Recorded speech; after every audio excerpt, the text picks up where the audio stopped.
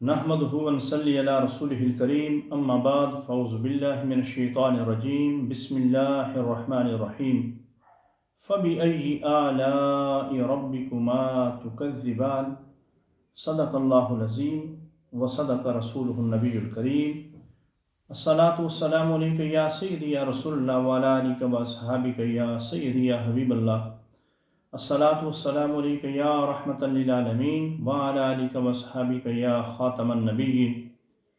قابل عزت، قابل احترام حاضرین و ناظرین، قرآن کریم کی سورہ رحمان کی ایک آیہ مبارکہ جو بار بار اس سورہ مبارکہ کے اندر ہم پڑھتے ہیں، وہی آج ہمارا عنوان اور موضوع سخن ہے، تو ہم اپنی گفتگو کا باقاعدہ آغاز کرتے ہیں۔ سورہ رحمان قرآن کریم کے 27ویں پارہ کی انتہائی خوبصورت سورت ہے۔ یہی وجہ ہے کہ یہ سورہ مبارکہ اپنی سج دج کی وجہ سے عروس القرآن یعنی قرآن کریم کی دلہن کہلاتی ہے۔ سورہ رحمان اللہ رب العزت کا منظوم کلام ہے، پابند شاعری ہے، جہاں کئی مقامات پر قافیہ، ردیف اور اوزان کا بھرپور اہتمام نظر آتا ہے۔ ذرا دو آیات دیکھیے، الشمس والقمر بحسبان والنجم والشجر یسجدان۔ اب بتائیے، یہ شاعری نہیں تو اور کیا ہے؟ ہاں، یہ بات درست ہے کہ یہ کسی شاعر کا کلام نہیں، وما ہوا بقول شاعر۔ قرآن شاعری مجموعہ نہیں بلکہ کمپلیٹ کوڈ آف لائف ہے، لیکن قرآن کی کئی آیات قافیہ، ردیف، خیال اور حسن کے اعتبار سے شاعری بھی ہیں۔ کیا کسی شاعر کا کلام کسی اعتبار سے بھی قرآن سے لگا کھاتا ہے؟ سورہ رحمان قرآن کریم کی وہ واحد سورہ مبارکہ ہے جس کا آغاز کلمہ الرحمن سے ہوتا ہے۔ مفسرین کہتے ہیں کہ جس طرح اللہ تعالیٰ کے اسم ذات اللہ کا اطلاق غیر پہ نہیں ہوتا، اسی طرح رحمان کا اطلاق اللہ تعالیٰ کے سوا کسی اور پر جائز نہیں۔ رحمان کا فیض اتنا عام ہے کہ اقراری، انکاری، باخبر، بے خبر، اپنے بیگانے، محرم، مجرم، مومن، کافر، سب کا احاطہ کیے ہوئے ہے۔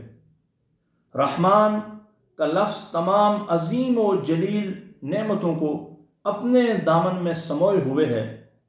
رحمان کی وسعت یہ ہے کہ یہ رحیم کا تتمہ ہے۔ یہی وجہ ہے کہ مفسرین رحمان کا ترجمہ از حد مہربان یا بہت ہی مہربان کرتے ہیں۔ صاحبو، قرآن کریم میں 114 صورتیں ہیں، مختلف عنوانات، نت نئے موضوعات، دلچسپ و عجیب نام، طرح طرح کے احکام۔ کچھ باتیں شوق دلاتی ہیں، کچھ باتیں خوف دلاتی ہیں۔ سب باتوں کا ماننا ضروری ہے، یہی بندگی ہے، جی حضوری ہے۔ یہ قرآن کی باتیں ہیں، یہ رحمان کی باتیں ہیں۔ سورہ رحمان کا آغاز رحمان قرآن اور انسان کے انتہائی دل آویز کمبینیشن سے ہوتا ہے۔ رحمان وہ جو ہمارا خالق، مالک، کارساز و پروردگار ہے، وہ یکتا ہے، لا ثانی ہے، لا فانی ہے، اس کا کوئی ہمسر نہیں۔ قرآن وہ کتاب لا ریب ہے جس کے معنی اور مفاہیم، آیات و مطالب اپنی جامعیت کے اعتبار سے لاثانی اور لافانی ہیں۔ قرآن کے بے مثل ہونے کا چیلنج ہر دور اور ہر عہد کے لیے ہے۔ انسان کامل صلی اللہ علیہ وآلہ وسلم کی ذات جو باعث تخلیق کائنات ہے، وہ ذات اتنی بالا و اعلیٰ ہے کہ جہاں انبیاء اکرام کے کمالات کی انتہا ہوتی ہے، اس مقام سے نبی مکرم صلی اللہ علیہ وآلہ وسلم کے کمالات کی ابتدا ہوتی ہے۔ سچ تو یہ ہے کہ ہر خوبی و کمال کا منبع اور سرچشمہ حضور صلی اللہ علیہ وآلہ وسلم کی ذات بالا صفات ہے۔ نہ ان کی کوئی مثل ہے نہ کوئی مثال۔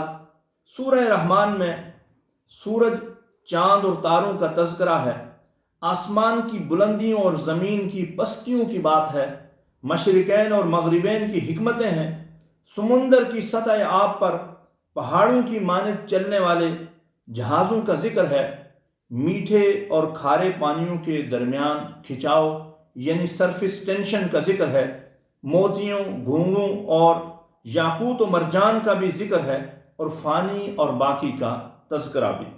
سورہ رحمان میں بہت کچھ ہے، محبت کی باتیں بھی ہیں اور خوف و ڈر بھی، جمال بھی ہے اور جلال بھی، ترغیب بھی ہے اور سرزنش بھی، درس دیانت بھی ہے اور انصاف کی تلقین بھی، زراعت کا ذکر بھی ہے اور صنعت و حرفت کی بات بھی، عدل بھی ہے اور فضل بھی، منظر دنیا بھی ہے اور منظر قیامت بھی، جنت کی کشش بھی ہے اور جہنم کی ہولناکی بھی، کیف و سرور کا تذکرہ بھی ہے اور حور و قصور کی بات بھی، ابتدا رحمان سے اور اختتام الاکرام پہ، ابتدا الرحمن سے اور اختتام الاکرام پہ، گویا رحمت سے آغاز اور عظمت پہ اختتام۔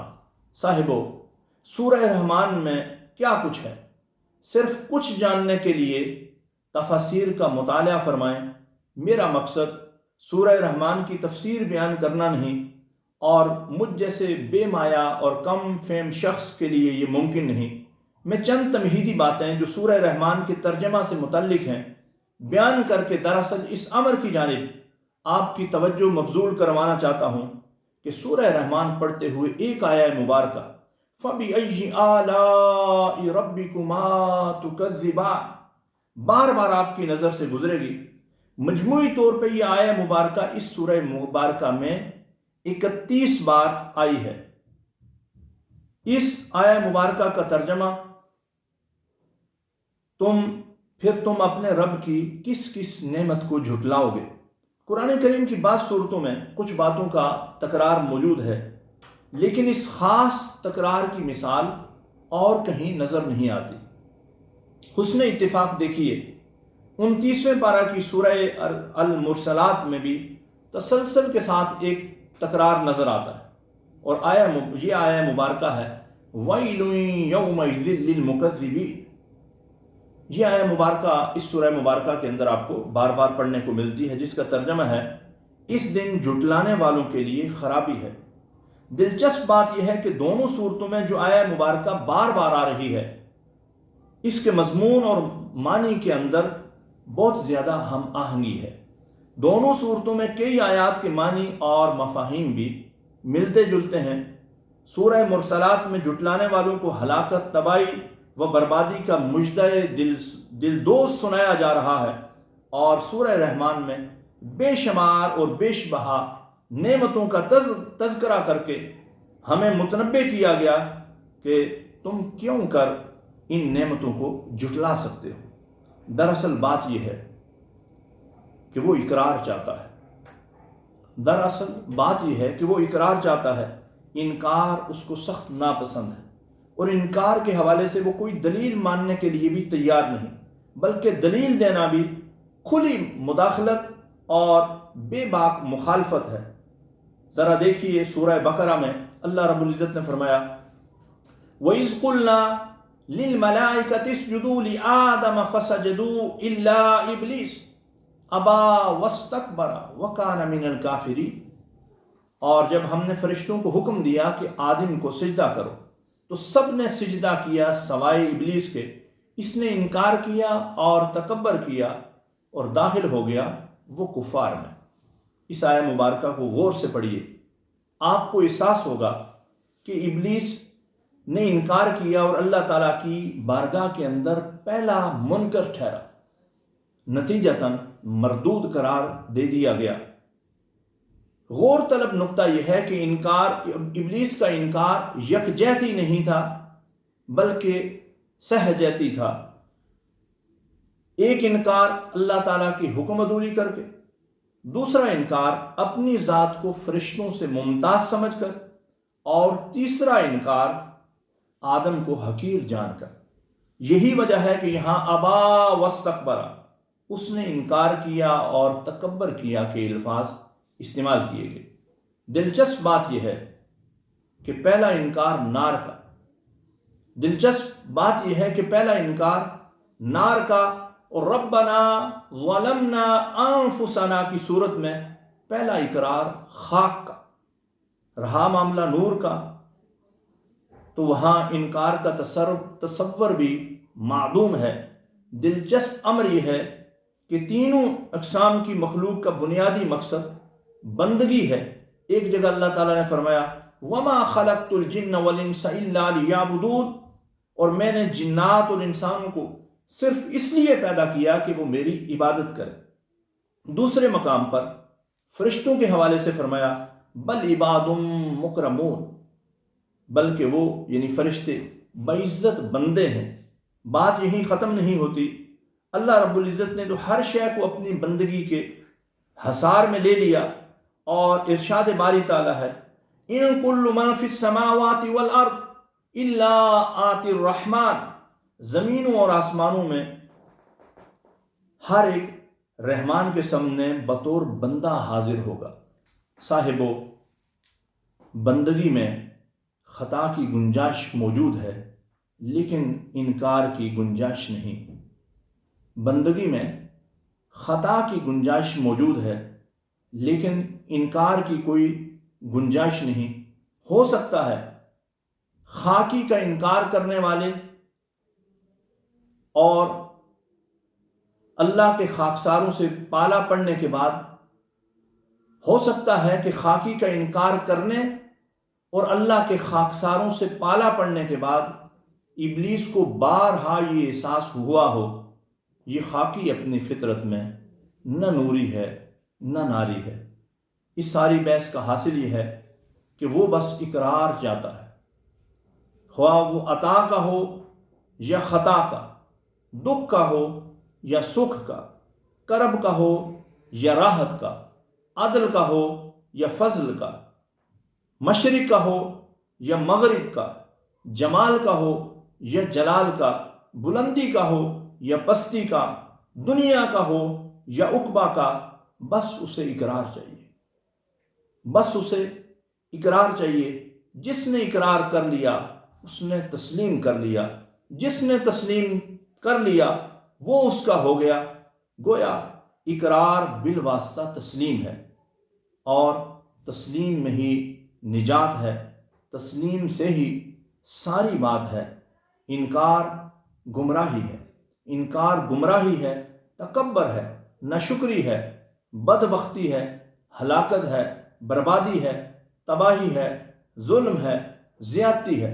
ذرا سوچئے، اس کی بے مثال تخلیقات کو دیکھ کر، اس کی بے انتہا قدرتوں کو جان کر، اور اس کی لامحدود نعمتوں سے استفادہ کر کے بھی جن و انس اگر انکار کریں تو ہلاکت و بربادی، تباہی و گمراہی ان کا مقدر نہیں ٹھہرے گی تو اور کیا ہوگا؟